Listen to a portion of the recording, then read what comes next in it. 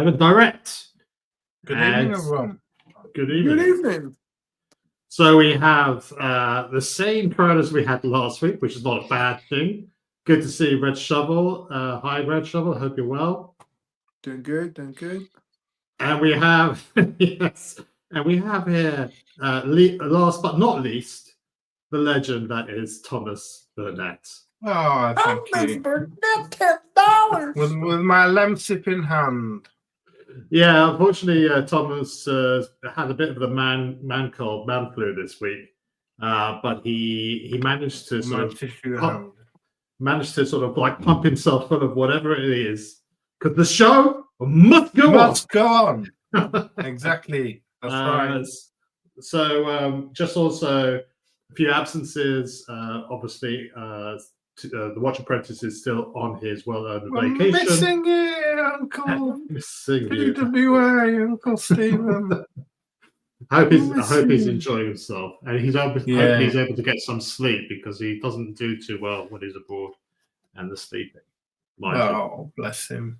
What he gets up to with his wife is up to him. Anyway, so the other sort of absentee is James. Unfortunately, he is struggling with getting rid of the lurgy. So he's man flu. So I actually forget what James looks like now. It's been so long since I've seen him. I actually forget what he looks like. So, but I hope James. I hope you feel better soon. We miss you on the show. And Thomas has been very gracious with his time to sort of jump on and help the crew along. So we really appreciate it. Let's start. First of all, Happy New Year, everybody. Happy New Year, everyone. Yeah, absolutely. Yeah.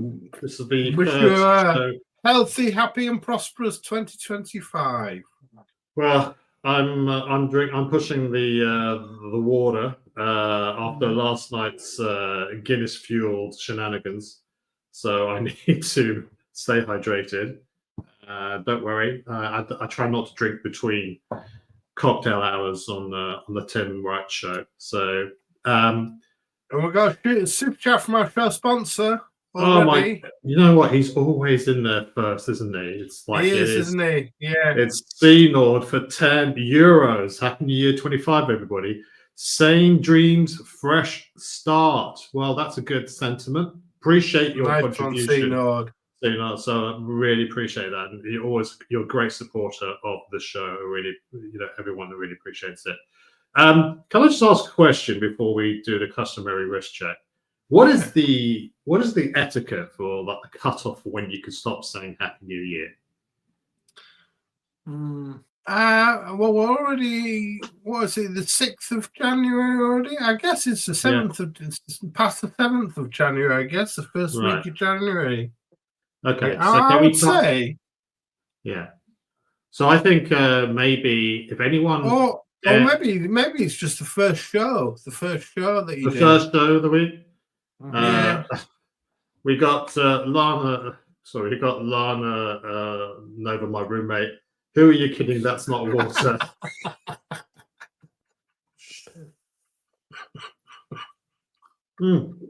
Very tasty. So I think that if anyone says Happy New Year from now on, they'll be instantly banned. Okay, so we're going to just do that. No. So Ray is saying in the chat, first week, Thomas is right. As always, we never question Thomas Burnett's knowledge. Why not? Why ever not?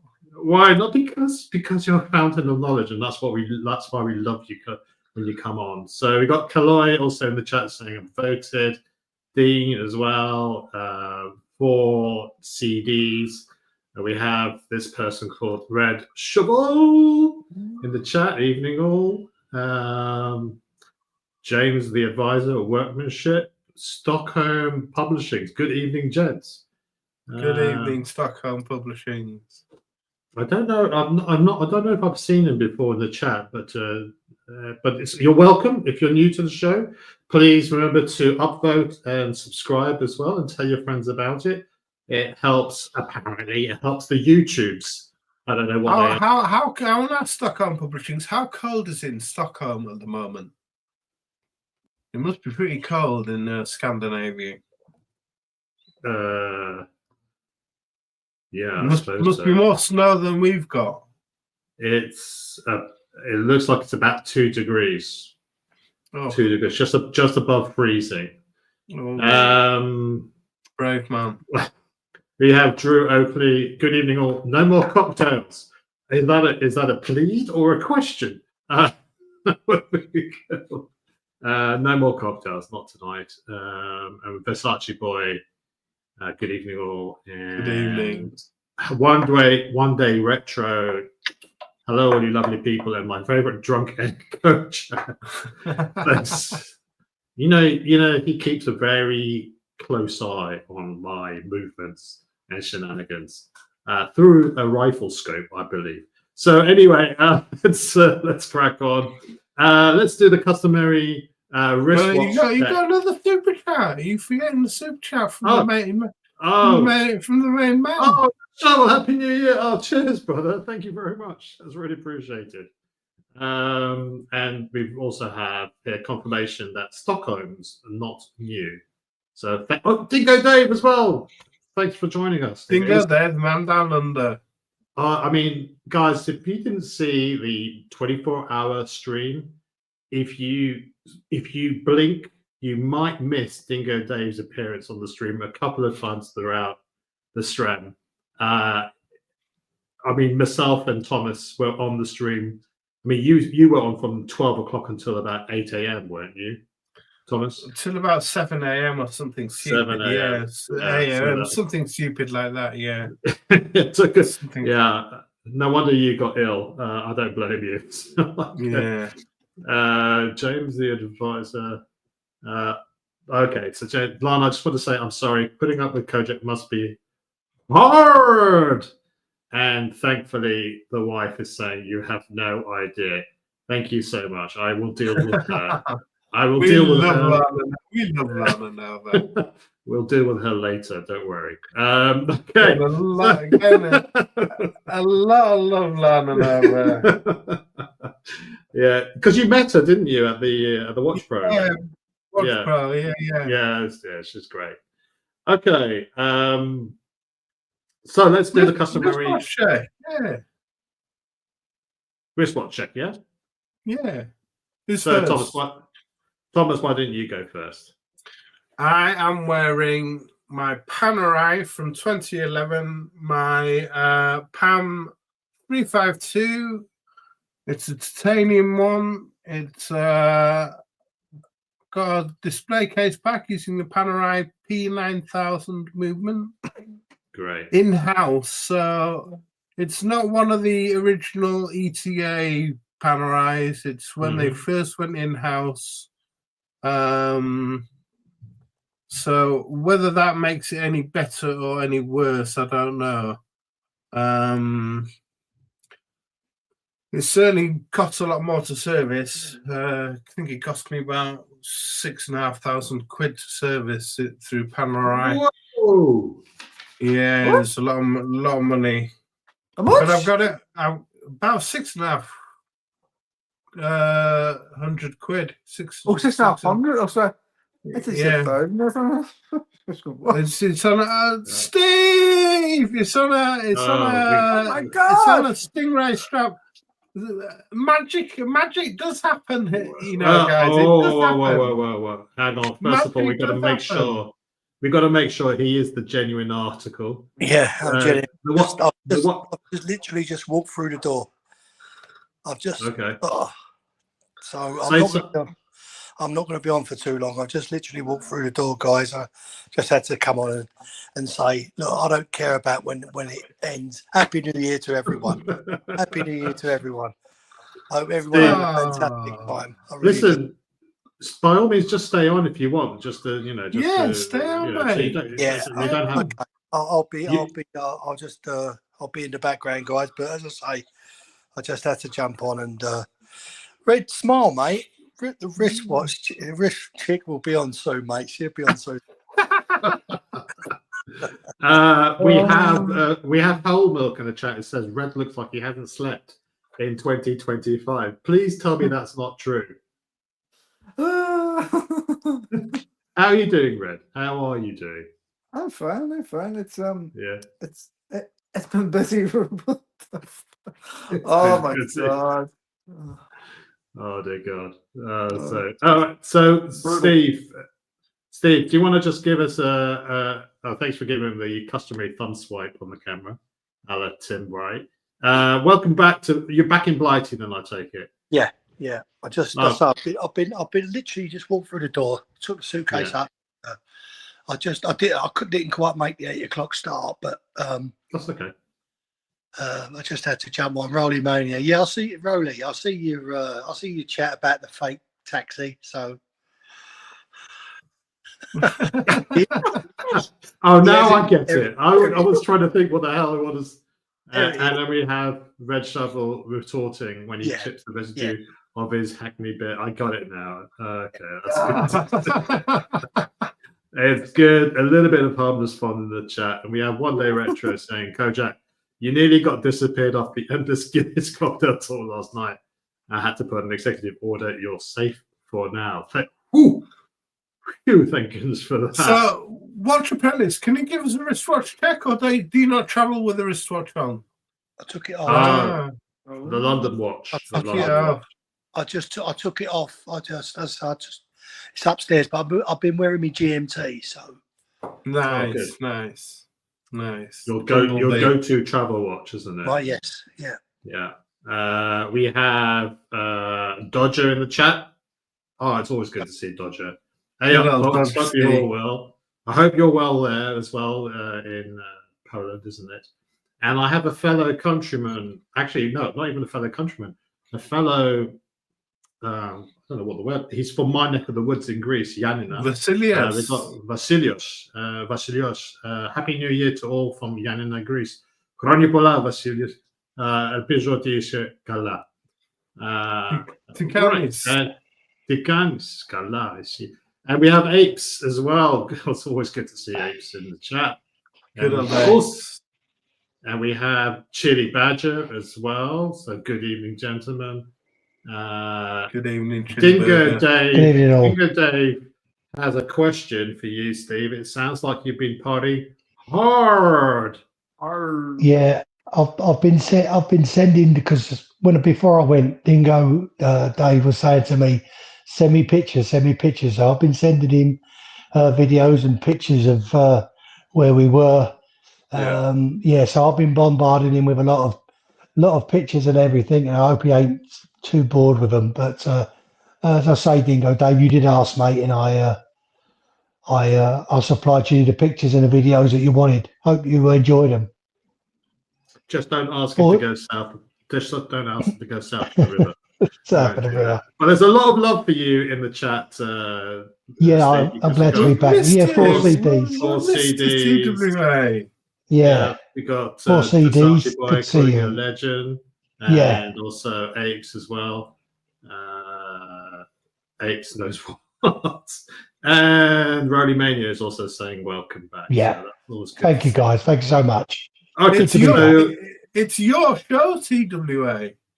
No, it's not. No, it's not. Show. No, I watched your show last week, and I thought you'd done a fantastic job. Absolutely. It's not my show, Thomas. Anyway, it's our show.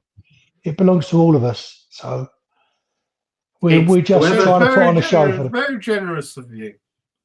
Listen, it's whoever turns up first can claim dibs on it off of that one particular night. So it's up for grabs every week, guys. So whoever wants to jump on, you can claim it to be your show as well. So we all it's open to everyone, isn't it? It's open to everyone. The links are, when it gets dropped, and just join us, As I've said, we've said in the past, you don't have to have your camera on. If you don't want your camera on, if you don't want to appear on the camera, just have your audio on. That's all. Yeah. If I can do it, anybody can do it. Seriously. Dodger is kindly donated 10 Polish zloty, I think it is, over in Yes, it is, yeah. All good here, Kojak and crew. Thank you very much for your generosity. I really appreciate it. That's fantastic. And we have One Day Retro saying link for Molthred. Well, Molthred's not feeling too well since he had a bit of an accident. He's been a bit held up with his back. It's really sort of put a real crook in his. What did he do? What did he do, Alex? Pick up his wallet or something? Or no, he picked me up off the floor after I had one too many Negronis, and I'm not a light lad, so he was. You know, they say the road to hell is paved with good intentions. But no, I hope he's doing well. Maybe I'll be able to catch up with him at some point this week.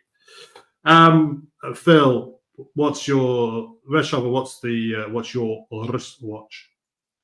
on your wrist? Well, it's the only watch I've been wearing this year, and it's the 1675. that's lovely. That's really nice, Phil. I like that. Very nice. I haven't worn a single other watch this year. The birthday watch. Yeah. I've been thinking about birthdays. I've been thinking about birthday watches. I think if I got one, I'd be the same. Will. I think I'd wear it more than any other watch. Yeah, I just sort of have, you know, it just happened to be that my birth year was this particular sort of dial, you know, like sort of setup on that. I don't know if it had been another sort of year, I don't know if I would have liked it maybe quite so much, but I just really, really like this particular, you know, dial. Yeah, and I think if I had to give away all the other watches, I'd only keep one. This would be the one that I'd keep out of them all. Cool. We have a plea from the chat. This is for Thomas Burnett, actually. It's from Ray Ray. He's hoping that if you are able to give him a quick glance of the Tudor P01 because he needs some inspiration and he's a bit of the doldrums. What's put together? Torn hamstring. Hold on. Happy to oblige there, Ray Ray. We'll get that for you. Good to see Gary in the chat, the gangster. Yeah, yeah. I missed that chat. Yeah, thanks. My birthday watch is a sundial. I thought that was Daniel Katz's birthday watch. See what's going on else in the chat whilst we wait for our friend Dingo Dave. You know what, Dingo Dave must wear out his keyboard because he's always saying individual hellos to people in the chat, and he does that on all the streams. I would just copy and paste from a notepad just to save yourself the wear and tear with the keyboard. But it is nonetheless, it's nice to see everyone is engaging and just being nice to everybody. That's always good. Ray, to tell the truth, the Watch Apprentice, you are the real Santa. Your secret's safe with us. And I nearly did wear it for you, Ray. Oh, there we go. Let's get this full screen. There we go. Lovely, screen. Yeah. I nearly did wear it for you. Can you remind us, Thomas, the size of your wrist? All right. 7 1/4. That's the same as mine then. Yeah. Nice. That is a funky chicken of a watch, but I love it. I love it. And it looks like Ray loves it as well. We just got the open the latch on the top. Yeah. And then you can rotate the bezel. Can you rotate it in either direction, or is it unidirectional? Yeah, either direction. Yeah. That is quite amazing. I mean, talking about turning a frown upside down, because everyone knows the story. If people don't know the story about this watch, it was a prototype for the military or the commandos, and they turned it down, and then they decided to hide my ripped wallpaper at the back here. Yeah, what's been going on there, Tom? You had an exciting time, did you? Ripping the place. Oh yeah, hanging out the washing. Yeah, I was so excited. My god! I thought your rock and roll lifestyle, Tom, is just like too much. rock and roll around here. You can see I've got my rock and roll pictures. I've got my yeah. Picture of George Martin and Beatles. Signed George Martin picture. Oh, that's awesome. Did you buy what? Sad? Did that? Was that from an auction or? Yeah. Did you actually? Yeah. That's amazing. So you're a Beatles man. You're not an Elvis person. No. So I think they say you can either be a Beatles or an Elvis person. You can't be both. No, I'm actually Beach Boys fan, and I met Brian Wilson, and he signed my mug for me. I got a backstage pass when I went to see Brian Wilson, because my friend was 22 years ago, 23 years ago. Wow. 2002. My friend was managing the support band. Yeah. I like the Beach Boys as well. So I went to see him do his Pet Sounds gig in 2002, and I met him afterwards after the gig, and he signed my mug for me, Brian Wilson. Wow. So you get good vibrations then, Thomas. You're full of it tonight, aren't you, TWA? Yeah, I just had a phone call from Daniel Katz. He told me it. Oh, okay. Yeah, but that was funny.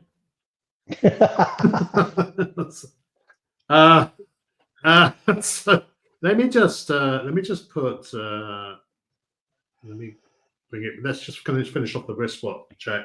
I'm wearing what I wore last night, and that's the Rolex Explorer 2 Black Dial Edition,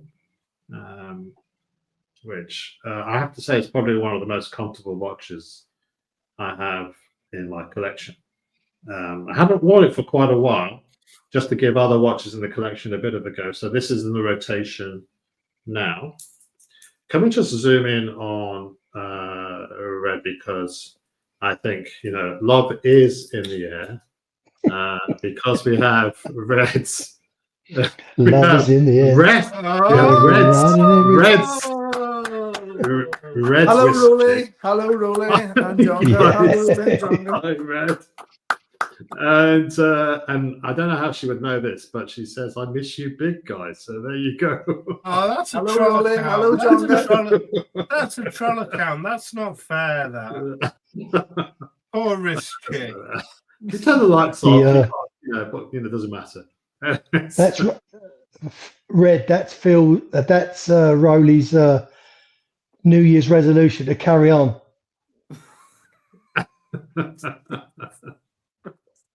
As long as it keeps the two of them amused, a little amuses the innocent, like in many ways. But, yeah, bless him. Ray says, "Thank you, Thomas, for showing." Any time for you, Ray. I believe that is the last watch on Ray's wish list. It is. He says, yeah. He's been to Weir's, which is the main AD in Dublin. And he said that they had a used one for €4,000, but it sold when he got there, which was a shame. Yeah, I think you guys need to take back what you said about Red's wrist chip, because we have Rolling Mania in the chat. So Rest Rishik, you're a fan of a trap look, and then immediately after that, it says like Rolling Mania, he looks like a vagabond. So it can't be the same person, because that could, like you have to log into different accounts. Anyway, it doesn't really matter. Just having a bit of fun. Right. So okay. So you're a Beach Boys fan, Phil. If you had to be categorized as okay, let's introduce Beach Boys, Beatles, or Elvis. Which one would you gravitate towards? Do any of those mean anything to you? Elvis. Yeah. He wore Rolex King Midas, didn't he? So yeah. But he also wore Ventura Hamilton. He did wear Hamilton Ventura. Yeah, you're right. What about you, Watch Apprentice? What would you be? I none of those actually, mate. I'm a big Queen fan. You're a big Queen. Queen, literally, yeah. They're the greatest band. They're the greatest band in the universe, as Alan Murray. Yeah. We like Freddie, but I can't stand Brian May. Not being married to Anita Dobson. No, but the thing is, they're living on his name now, aren't they? So, but yeah, I'm still a big Queen fan. Okay. If I was to choose, it would either be Queen or it'd be the Rolling Stones. Right. Yeah. If we're talking old school, it's got to be the Who for me. Yeah. The Who. Yeah. Yeah. Another good band. Yeah. Yeah. Yeah. Okay. And Dingo Days reminding everyone that he loves I California. love California Girls. So does Red. Yes, and Tim Wright is reiterating that Red looks extra handsome today. That's good for that. It's got one of his check shirts on it just for the occasion. And even Dodger is a special jacket. This is a special. It's signature check shirts. Yeah. It's very good. Okay. So guys, we've done the wristwatch check, we've said our hellos. I wanted to talk about, so we touched upon it last week about the Time and Tide event where they were showing off some independent brands, and really I wanted to sort of like just chew the cud on what would the next generation of Rolex be. You know, where could that threat come from? Now we're assuming that Rolex wouldn't react, so let's just put that to one side, because what I see from Rolex, and please feel to agree or disagree, is that they are just producing the same watches that they've always produced, more or less, since mid-century. So they have become a law, but they weren't always like that. They were, was it 1904 or 5? 1908. Yeah, 1908. That's when they became Rolex. Yeah, I think they started off a bit earlier than that. Alfred Davis and his brother. Stuff were about 1905, I think. Yeah, 1905. The fuse. I think 1908 is when they actually painted the name, wasn't it? Yes. Yeah. So, but they. I mean, we can chart the rise of Rolex. I mean, clearly marketing. They were definitely really tuned into marketing and making sure that they were not necessarily first at doing things, but they were perhaps the first and maybe the best at doing things. So the Oyster Perpetual case, the dive rotating bezel, although it was friction fit, it was actually Blancpain that introduced the ratcheted system that we all know and love and watches today. But they became synonymous with the explosion of the leisure industry in the 20th century, which was traveling, it was climbing, it was spelunking and diving. So that they were able to put their mark, and they've really been able to leverage from those events, and also their continuous brand ambassadors and sponsorship deals and all that sort of stuff to really justify the fact that they have the crown. But if, they only came into existence in the turn of the 20th century. We had other brands that go back hundreds of years, Vacheron, Omega, Patek, and all those ones. If someone were to come along today, maybe the watch brand already exists, what would they have to do, and who could it possibly be that would become the next Rolex? Not now, but in 10, 20, 30, 40, 50 years, assuming Rolex don't dazzle us for something fantastically brand new. Because tastes do change. There would have to be a marketing machine, and they would have to make their stamp on popular culture as the name that people think of, not just watch people, but people in general think of when you say the word luxury goods. When you say luxury goods, people think of Louis Vuitton, Hermes. Your average Joe think of Louis Vuitton, Hermes, and Rolex. They don't think of Patek Philippe. They don't think of your average Joe. Doesn't think of Patek Philippe and big watch brands. They think of Rolex because they know the name. They've seen it on all the sporting events. They've seen it emblazoned on Formula One. They've seen it emblazoned on tennis. They've seen it emblazoned on, different ambassadors wearing the watches in magazines. They've seen it in, National Geographic. They've seen it in, you name it. It's been marketed so amazingly by the brand. I think for me, Thomas, guys, I think for me personally, as a watch enthusiast, I've got to know that the Grail watches now are the Pateks, the Vacherons, the Langer and Sonnet, those Kari Voutilainen, and those watches. If I was to ask any of my friends what would be their choice of luxury watch, for us, Rolex wouldn't come into it, but for them, Rolex does come into it because Rolex is a luxury watch to them. You see, and they didn't start off luxury. That's what I'm saying. It's like if we could charge. No, but somehow, Alex. Somewhere out there, they've got their name out there, and as Thomas said just now, they're marketing geniuses because every person, you can just go to anybody in the thing and say, "What's your, watches?" What would be the first thing that comes out of their mouth would be Rolex. Yeah. But to us, we, listen. Before I got into watches, I've loved watches for years and years. But before I got into them seriously, all I knew was Rolex. I'd heard of Patek, but I didn't realise how serious they were when it comes to precision. I'm not saying the Rolex are not precision built, but some of these guys, Patek, Langer and Song, as I said, Vacheron, they take that level a bit more. Sorry about the dinging. Sorry. Horology, horology. Their whole horology, exactly, Thomas. But as I say, guys, you ask anybody on the street, you talk about watches, and the first word that comes out of their mouth is Rolexes.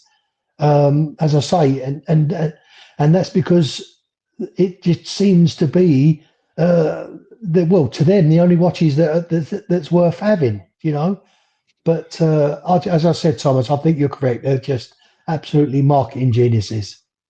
But did they always? I mean, look, they have gradually brought things in house to own the whole vertical stack from supply chain to foundries and stuff like that. Their quality has increased. They didn't start off necessarily with the best quality. No. So, Tom, do you have a sort of rough timeline? Would you happen to know?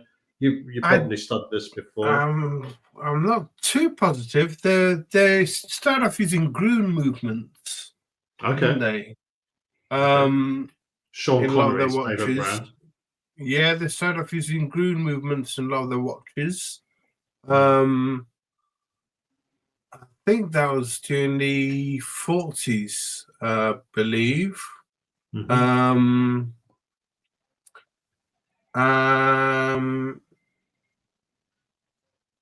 But another thing they've done is they've got milestones in their events. You get Mercedes Gleis, who swims a channel with one around her neck, the Oyster Perpetual. So they get the first waterproof case, Yeah. I think. Sorry, Thomas. I think Gary has nailed it. Look, he said most people couldn't name a luxury watch other than Rolex, and I'll make him exactly right. I'll make him exactly right. Over 120 years ago, Rolex didn't exist. Yeah. So what were people citing as luxury watches then? Yeah. Omega were big. Yeah. Omega were big. They won the Paris exposition. They won the grand prize for the technology. Which was a huge competition, and watchmaking of all the things for technology won the grand prize. So a lot of the Rolex fanboys diss Omega and dismiss this, but Omega were big back in the day. They had a lot of innovations. They had the Omega movement that they made for the pocket watches. The Brandt brothers made. Well, I think what we've got to remember as well, I think if it wasn't for the two world wars, I mean, the British watchmaking would still be up there as well. I mean, during those two world wars, we obviously everything went into the war effort. All the metals, the steel injury, the steel industry. Sorry, everything. All that just ploughed everything into the war effort, and it allowed the Swiss to gain 5 years in the watchmaking industry. And I think and it's evident now. Them 5 years have paid off for Swiss watchmaking, in my opinion.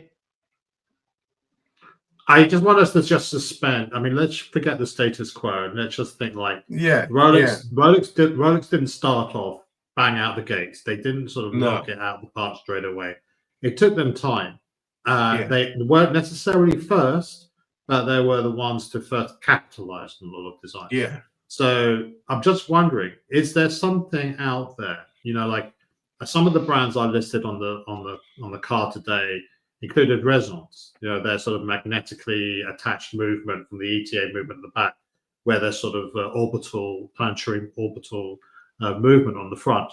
Are there brands out there? And we're not talking Richard Mille and expensive stuff like that, because Rolex was expensive, but not Patek Philippe expensive or Vacheron expensive. They were sort of vying for Omega money. They were trying to check. Did Rolex actually start off with the vision that they would become the world's number one? I don't think so. Yeah, I think you're correct there, Kojak. I mean, I would say, people will laugh at me, but I would say that brands like Bremont came out of the gates going for that sort of accolade. Going for that luxury market, going for different milestones, going for achievements, going for deals with the military. The English brother Giles and I forget the other name of, but the English brothers came out of the gates. And they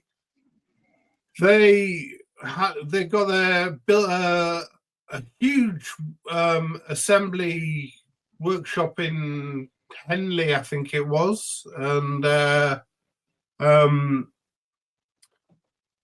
they something 70 million pounds, I think it cost them, and to establish that.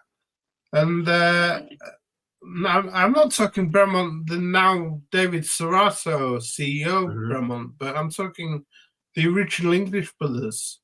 They had the MB2 watch, which was the Mine Baker ejector seat collaboration. They had watches that they were endorsed by the British military. They had, they were making steps, but they got bought out. They got bought out and they sold out. So they obviously wasn't there. You could say the same for Christopher Ward. They are coming on in leaps and bounds from a small micro brand, transitioning up to out of that micro brand sphere now to a independent British brand, making their own movements, the SH21, making their own movements in-house, And that matters. That does matter, I believe. But they're not aiming for the luxury market as much. They're not aiming for that luxury yet sphere. Yet. Maybe. Because they started off with a great respect. They started off with homage watches, brand, homage exactly. and questionable quality. Yeah, and I think we've seen them over the years sort of just make some quality of life improvements, starting to strike out on their own with some design languages like the 12 and the Bel Canto, and a few other watches as well. They've got a lot of new launches. I will be posting that interview I had with the marketing manager at the British watchmakers show Time and Tide, and it was an interesting conversation. Red, what about you? You're a fan of both hype brands and shoers. What do you what do you think then? Sorry, I've woken you up. I'm really sorry about that. Yeah, I don't think you'll ever see anyone overtake Rolex. You know, you won't. I don't think it's ever going to happen. But what if Rolex decided tomorrow to go, do you know what? We've got all the money. We don't want to do any more. That's it. But it would just be it would just be like next in line.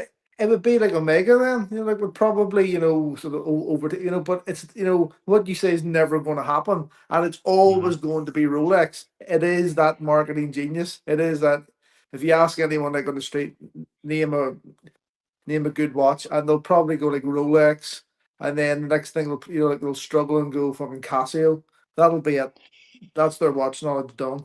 That's it. And that is just see.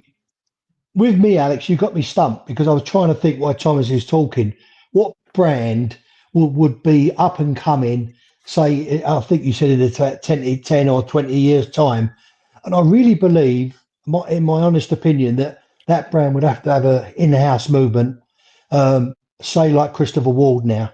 If Christopher Ward can produce that in-house movement, I think that would go leaps and bounds towards making them, known in 10 or, I mean, they're known now. Don't get me wrong. I mean, I like Christopher Wall, but I think any brand, up and coming brand, they need an in-house movement, to be honest, and not Salita or Moyota or anything like that. I think they need an in-house movement in their own watch, and they design everything from scratch. Okay, that's interesting. I think the challenge is, of course, anyone starting out now, it's in a crowded market. We had the culling in the 70s, so anyone that left behind managed to sort of stay there on the resurgence of watches. But nowadays, with so many brands out there, and everyone automatically defaulting to Rolex as the pinnacle, it's going to be difficult for them to be able to get enough money to be able to make those types of investments. It's going to take someone with real vision and also a lot of watch brands are quite happy selling 50, 100, 1,000 watches a year. They're not looking to make 1.2 million watches a year. They're just happy to sort of stay in their lane and have some sort of control over quality and bespoke, more unique sort of pieces than all the Rolexes that are out there, even though they are lovely. So it will take someone with the marketing genius. It would take someone to what Steve was saying, that an in-house movement of some description. It would take someone with the ambition to want to be able to challenge the likes of Rolex, and along the way Cartier and Swatch Group and LVMH. And then it's going to be about the watch designs, isn't it? Because Rolex forever and a day will be associated with GMT, the Submariner, even though they weren't the first. I'm sure there's some other watches out there. Not so much the Cellini or the 1908. So it's just like, is there a watch complication that hasn't been designed yet or has been designed yet, which could be popularized by the likes of whoever it may be. I mean, we have Christopher Ward with the jumping hours, which was used by Fears in the Brunswick jumping hours watch, as well as Christopher Ward, and also which is also the module used for the hourly ringer on the bel canto. Yeah. You know, who else? You never know what else might be in the pipeline. Yeah. Thomas Burnett. We have a certain Thomas Burnett gifting one precious UK Watch community membership. Thank you so much for that. And it's Thanks, been Thomas. gifted to MC Moz. That's somebody that I've MC not Moz. seen. But hopefully, MC Moz, if you are in the chat, please thank Tom. No, not at all. Generous. Well, no, I insist. Please. Okay, we have some input from the chat. It'd be interesting to see what other people are saying. But let's start off with what Ray is saying. The way things are going, Trump watches is going to be challenging Rolex. Well, okay, it's an interesting take. We have Dingo Dave saying Grand Seiko guy, yes, well deserved.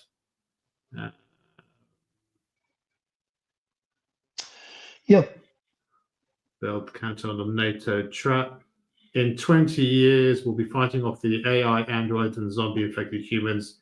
Citizen Quartz will be king. That's a good point. That's another thing. Do you think the watch sphere will change? Will everything become solar powered? Will most watches become solar powered? Will the mechanical watch could that lose traction? Do you think? And could in time with electric cars and all that sort of fashion? Do you think? I don't know. Do you think we could end up with just people going towards solar powered watches because there's a big trend towards them? Well, there was no reason for watches to exist past the introduction of quartz, and yet, just like we see with other technologies like vinyl records or 8mm film, that people, aficionados, do like to go back to sort of a more analog era. So I think there'll always be a market for the watches that we all love as we know them now. It's like vinyl records, isn't it? People love vinyl. People love hi-fi. People love record players. The cassettes are now making a comeback. I mean, that's the worst medium for audio you can possibly imagine. Yeah, absolutely. So making, some people are making Walkman replicas now. But because there's only one brand that makes the tape mechanism, I think it's some Chinese brand, it sort of limits how small they can make these devices. So, I mean, physical media, when people are having to pay through the nose for their subscriptions or their streaming services, people like to own physical media because it's more tangible. People like to look at watches because it's not about telling the time. It's just having something that tells more of a story than the 4 digits you'll find on the top of any smartphone or quartz watch. Lana Nova makes a point here, and I rarely pay much heed to what she has to say. But if Elon Musk launched a watch brand, that might shake things up. Well, that's actually a really good point. It is a very good point. He would have the market. He would have the marketing budget, to take Rolex on. If he could buy Rolex, I suspect. He could buy Rolex. Yeah. Well, I'll tell you what. If Elon Musk has his way, and we're all sort of like living on different planets, we're going to have a problem with these watches because they only tell the time on Earth. They can't tell the time unless we find a perfect replica of an M-class planet like Earth with the same rotation and the same period of rotation. So, but mind you, I suppose Amiga have already got that in the X33, with the dual timing, Earth time and Mars time. Mars time, yeah. That's a good question. That's a good point. We've got another gift membership. Dodger. Oh, Dodger. Thank you so much, Dodger. That's really generous. Let's see who he has. Where is it? Cannot see it. Please don't let it be me. I cannot see. Oh, I think my John Galt it was. Oh, okay. Thank you, Thomas. I appreciate that. And appreciate that, Dodger, as well. I'm sure Tom Gold. Yeah, thanks a lot, Dodger. Much appreciated. That's really great. And he's hoping that he'll get a membership in return. Well, listen, the more it's like the lottery. The more tickets you buy, the more memberships you buy, the bigger the chance of getting one as well. Somebody said in the chat that I can't see it now. Doesn't really matter. It's okay, yeah. So riskful ignorance. Christopher Ward has found a universally accepted design language. Their promise of value and warranty are a strong drive to the success of CW. That is spoken like a true marketing person at Christopher Ward. I hope he's not being infiltrated by Christopher Ward. But that is an important thing. Christopher Ward offer a 5-year warranty, 60-day return period. Now that they're selling their watches in retail, albeit in one outlet, who knows where they may be in 5, 10, 15, 20 years' time. And at the moment, sorry, Alex, at the moment, Christopher Ward are a great product for a great price. Yeah, I mean, Reg, you've got the Nomadic watch. I suppose Nomadic and Christopher Ward are in that same sort of playground. Very similar. Price. Very similar. But how do they compare sort of price-wise? Is one more expensive than the other, or they were very similar until a Nomadic launched their GMT there, and Nomadic sort of priced it around the £1,600 mark, whereas I think the equivalent Christian Ward is about 1,000, maybe 1,000, maybe like 1,100, and it's the same movement, very similar, very similar bracelet, very similar, clasp. So Nomadic, I thought, to be honest with you, that they pushed the price up just a little bit too much on their GMT. Christian Ward, it's probably, the Nomadic one's probably a slightly nicer design with a little bit like more detail, like I thought. But is it really worth like nearly £500 more? That's the question to me. I thought the Nomadic was a bit more pricey, like when you look at sort of their time only pieces. You know, the one that you bought last year at this one? There you go. That's the one. That's the Turas. Yeah. That, I think that's about £1,000 now, this one here. Oh, okay. I think it's about 1,000. But yeah, I still think that sort of on reflection, I think that if you're looking something just that little bit more unique, little bit more design, probably the Nomadic is, on the GMT front, it is a better buy, even at that higher price. Oh, Jesus Christ!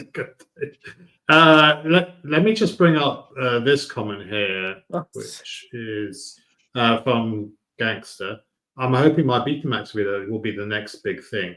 Well, it's funny you should say Betamax, because Betamax was technically more superior than VHS, but it didn't actually gain market share in the same way that VHS stuff did. Did it? No.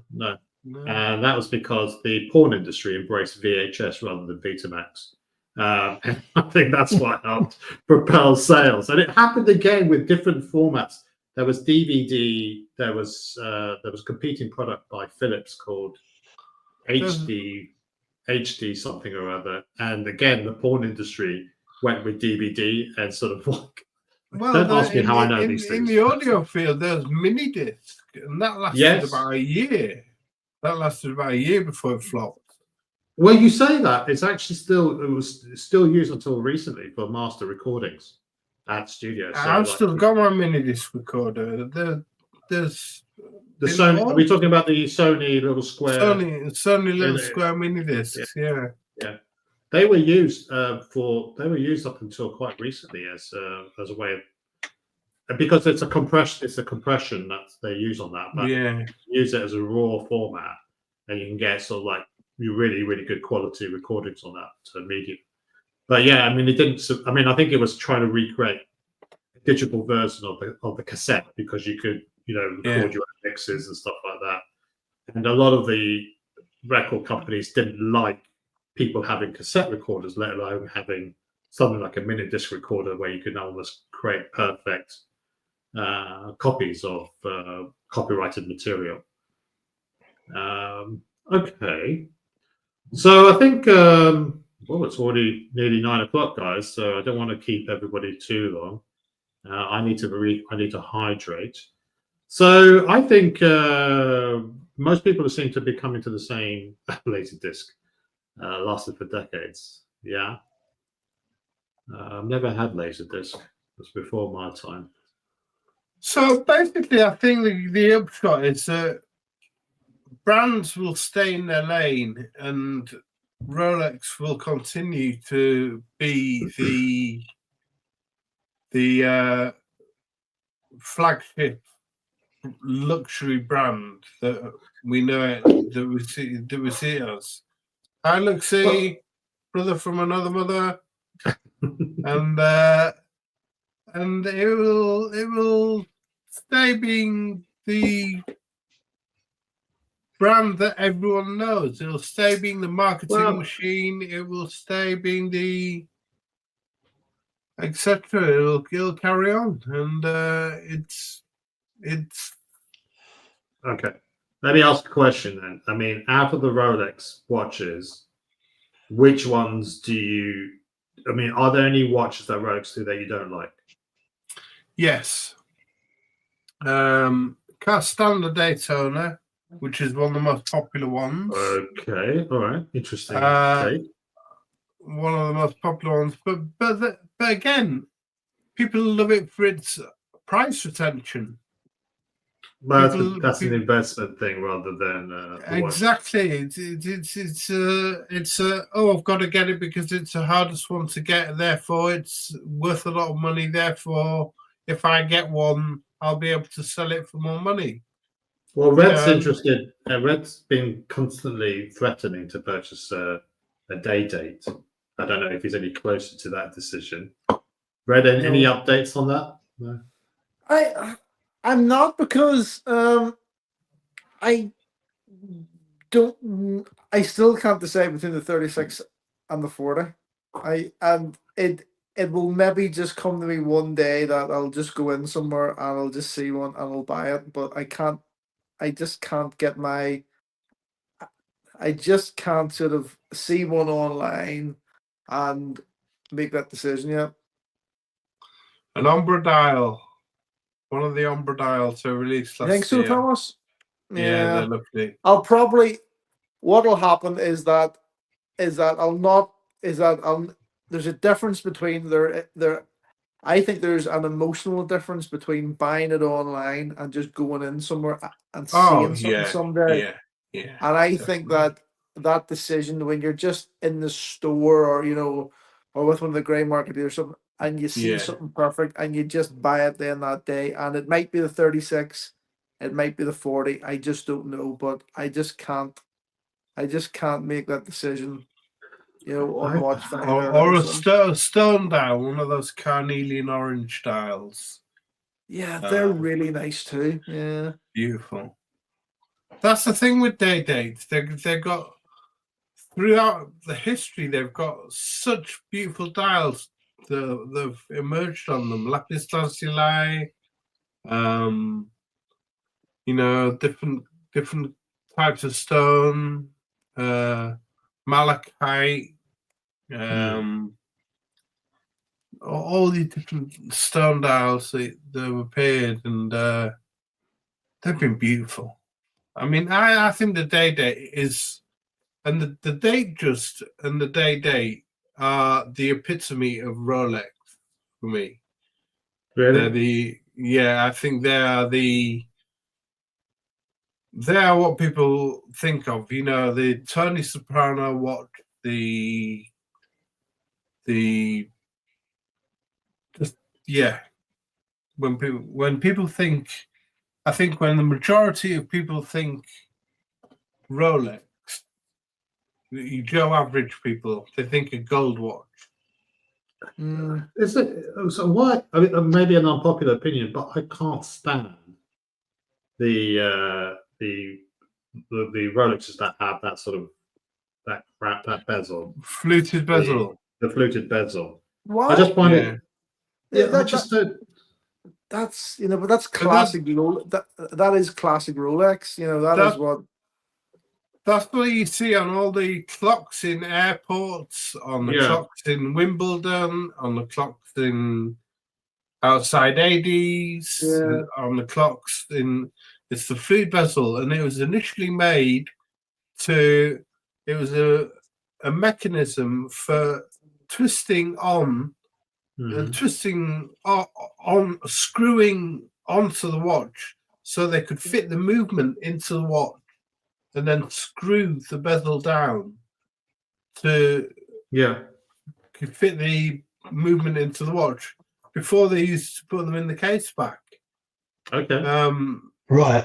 So it was a mechanism. It was actually so they was could it a way of it's was like it a way of gripping the bezel? Yeah, it's so their teeth, so you can fit a tool onto the teeth of the bezel. Right. The fluted bezel. I don't know. I mean, it's just like, I mean, maybe if I were to try one in person, I might change my mind. But just the thought of it, just the image that it's associated with, like Tony Soprano, as you were saying. Like I think I saw an article once where they were saying, gangsters wear Rolexes, heroes wear Cartier or any other brand. Why is this fascination with what is a very flashy looking watch? There's no doubting with the president's bracelets or the date and the fluted bezel, it does stand out a mile.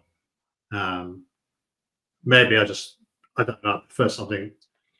I mean, I'll say that. I've got some real stickers in my watch collection. Stick with the Monaco. I just want to show you one or two watches before we go on because time is running away. If it's a Monaco, don't bother. No, it's not a Monaco. These are independent brands. So this is the Baltic Hermetique. That's nice. Be full screen, Alex. Oh, sorry, beg your pardon. There we go. This is, you can see that sort of crackle hammer style look. Textured dial. Alex, can I quickly ask, is this the one that James Hess sent back because it was too small? Okay. Yeah, but some of us all banded together to get it when it was released. It sold out. The white one sold out within minutes. Yeah, that's right. Because there are only 200, I think, of these ones. So they sold out straight away. It's too small for me.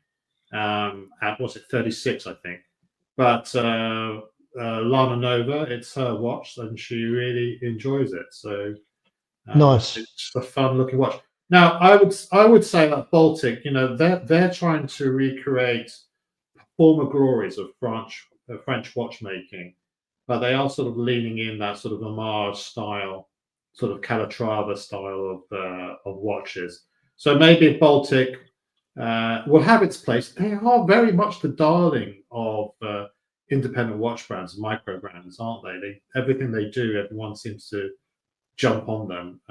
Maybe that's their strength, their sort of subtle brand marketing efforts. So there is that one. So I'm not sure Baltic would ever challenge Rolex. Another one I've got. Now this is sort of like a modernist, minimalist style watch. It's a Ventura Egomatic. Now, this the designer behind this, forgive me, I've forgotten his name. He went on to design some watches from Nomos, including the Zurich World Timer. Oh, really? Yeah. So, but it's a it's a 2000s design, minimalist design. You can see that the it's got sort of skeletal hands, and also if you look at the date window, it has a very minimalist date. It has the number and a dot above it. And that dot denotes that it's 14 rather than just 4. And 2 dots would mean 24, and 3 dots would mean, well, 30, 31. So even that, they even went down to that level to try and really strip back on the design of a watch. And it has its own sort of charm. It's not a piece I wear. It has a top grade ETA movement in it.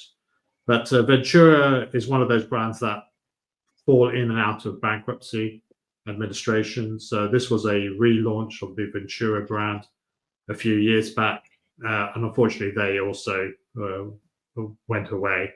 But I got this at a very good price. Like they were selling for $1,500. I got it for about $300, I think. It was just to see whether or not I'd get on with a minimalist design watch.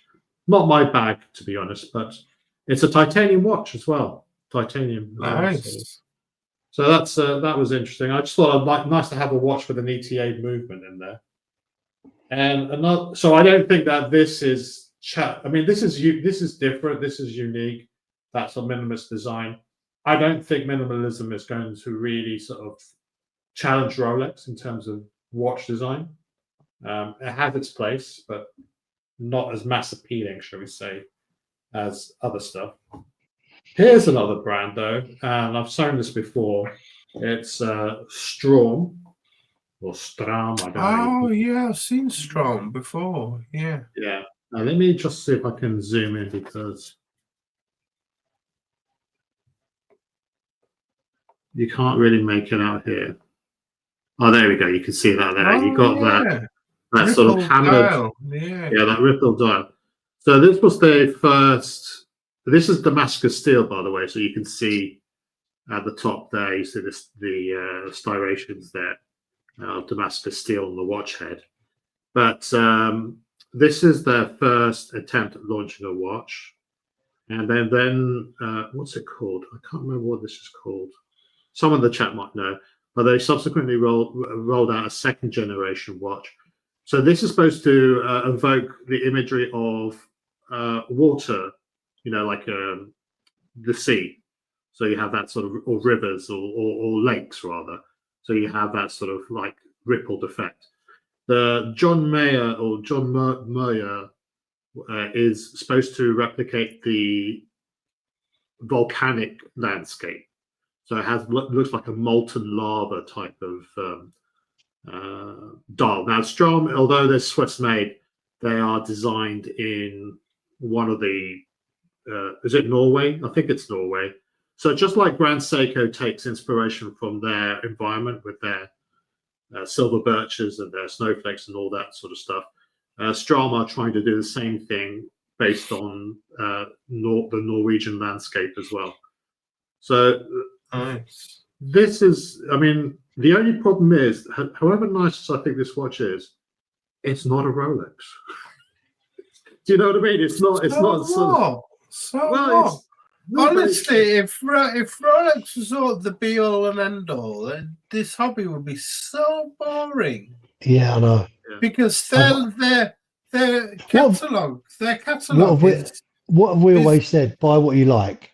So. Yeah. But their catalog is it's like the Submariner and the GMT is the same watch in the two different watches in the same case. Yeah, it's got a Solita movement, partial. Same with the Air King and the Milgauss, the same case. Yeah. Same with the, you could go on. It's just So this brand here. Design, like trying to focus on individual design language. So I think they have succeeded there. I mean, just how successful they can become because nobody knows about them. I think when the legibility on this watch is fantastic. It's got lume as well, so on the indices and on the hands, and the applied indices. And so it's another alternative there. Is this potentially a future contender? I don't think they have the appetite or the ambition. I think they're quite happy being a small watch brand. Anyway, but look, people in the chat, if you want to let us know what your thoughts are, we can. Oh, we got Dodger donating again, another donation. Good old Dodger. Thank you, Dodger. And he is being given to Firewatch. So Firewatch, they please thank Dodger.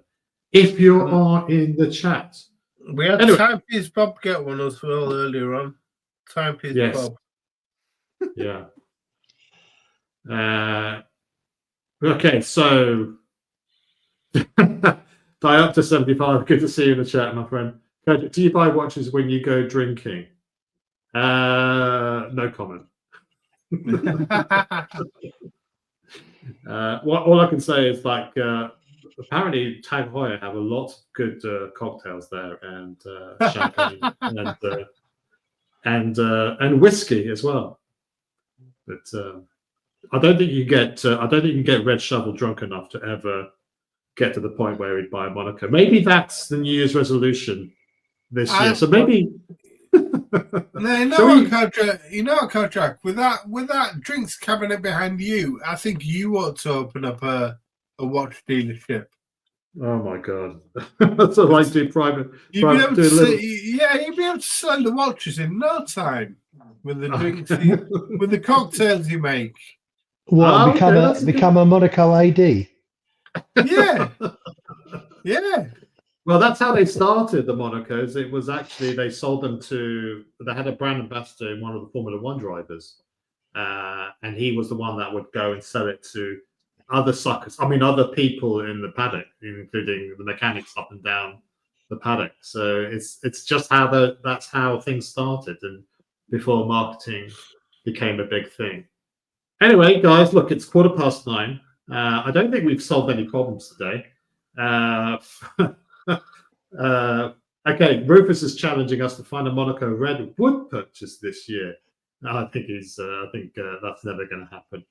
But I just want there to is say actually one. There is actually one Monaco that I do quite like. I don't know if I'd buy it, but I do quite like it. I'll let people try and guess which one that is. Answers in the postcard for next week. Oh, well, you can't leave us hanging on that. Can't leave us. No. I reckon it's a broken Monaco.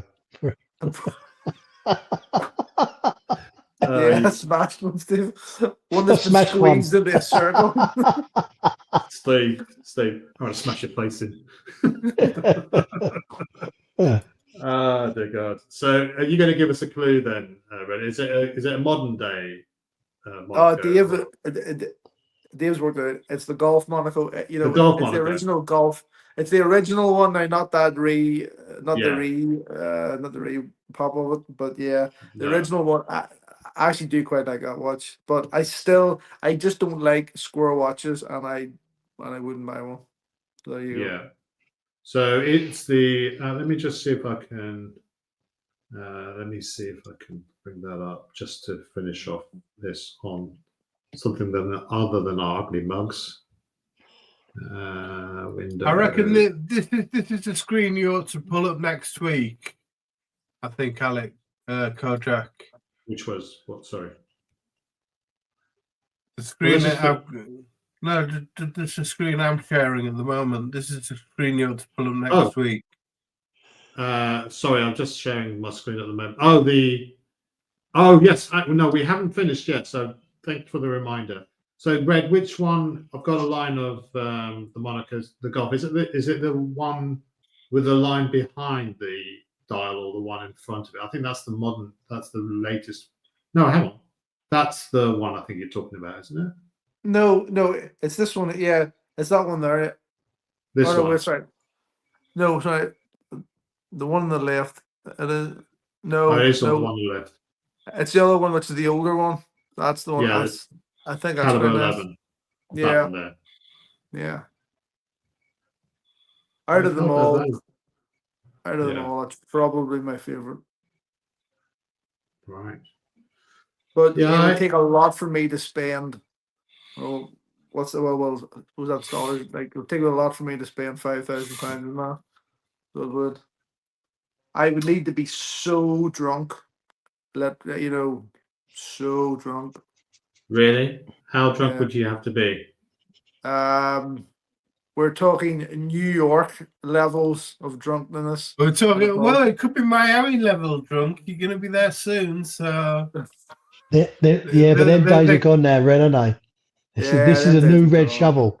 We're looking at a new red shovel now. Oh my God, the headache is just so. Oh fuck it!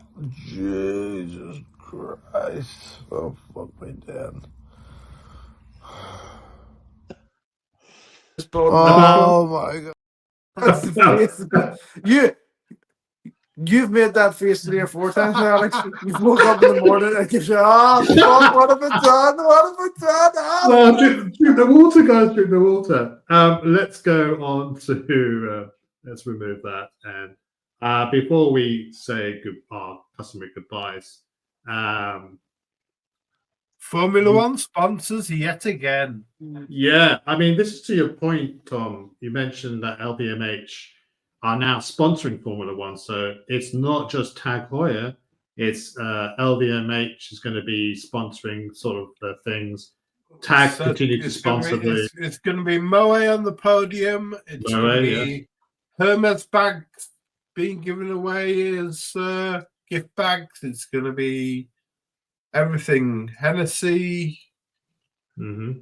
Also, the full lot, shebang. All courtesy of the Arnault family. Do you think there would be a fire sale of all those old Formula One Rolex signs? It'd be a nice bit of memorabilia. There probably is, actually. There probably is going to be, yeah. Okay, on eBay now. On eBay now. So Rufus says, bye Rolex. I hate to be the person taking down all those Rolex signs and all those tracks. That's a good point. Maybe there is some stuff there on eBay. I thought this actually was referring to your the Escapement show, Tom, which is back this coming Saturday, isn't it? Hopefully, with me being laid up in bed, I have got to do a bit of preparation, but hopefully we'll get a show on the road this Saturday. No promises, but hopefully, fingers crossed, we'll get a show on the road. Yeah. Any hint on what you may be discussing? We're not going to steal the leads. Don't worry, Tom. That's just the fact that there's been a lot of watch anniversaries, a lot of brand anniversaries and watch anniversaries this year. Mm-hmm. Do you know whose one of the big anniversaries this year is? Well, I can reel them all off for you, but I don't want to spoil the. Let's not spoil. Let's not. So people. No, let's keep them hanging on that one. Yeah, there's people in the chat pontificate on that, and tune in to hopefully this Saturday's the Escapement show with our friend and watching encyclopedia Thomas Burnett. And I just leaves me to say, Phil, Steve, and Thomas, thank you so much for being on the show. Any last words, anybody? Good night. That's bye bye, Trolls. Bye bye, Ruli. Bye bye, Jonga. Bye bye. Hope you had a good time. Bye bye, City. All right, guys. Bye bye. Bye bye, Red. Bye bye. Thanks for being here. Thank you.